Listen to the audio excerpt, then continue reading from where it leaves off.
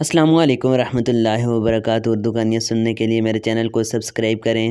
ابابیل اپنا گھونسلہ کنویں میں بناتی ہیں، اس کے پاس اپنے بچوں کو اڑنے کی عملی تربیت دینے کے لیے نہ تو کوئی اسپیس یا سہولت دستیاب ہوتی ہے اور نہ ہی وہ کچی تربیت کے ساتھ بچوں کو اڑنے کا کہہ سکتی ہیں، کیونکہ پہلی اڑان میں ناکامی کا مطلب پانی کی دردناک موت ہے۔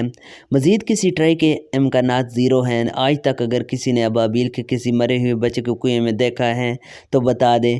ابابیل بچوں کے حصے کی تربیت بھی اپنی ذات پر کرتی ہیں۔ بچوں سے پہلے اگر وہ اپنے گھونسلے سے دن بھر میں 25 اڑانے لیتی تھی تو بچے انڈوں سے نکلنے کے بعد 75 اڑانے لیتی ہیں۔ یوں ماں اور باپ 150 اڑانے لیتے ہیں تاکہ اپنے بچوں کا دل و دماغ اس یقین سے بھر دیتے ہیں کہ یہاں سے اڑ کر سیدھا باہر جانا ہے اور بس، اور کوئی آپشن نہیں ہے۔ ایک دن آتا ہے کہ بچے ہاتھ سے نکلے ہوئے پتھر کی طرح گھونسلے سے نکلتا ہے اور سیدھا جا کر کنویں کی منڈھیر پر بیٹھ جاتا ہے۔ ہماری اولاد ہمارے یقین میں سے اپنا حصہ پاتی ہے۔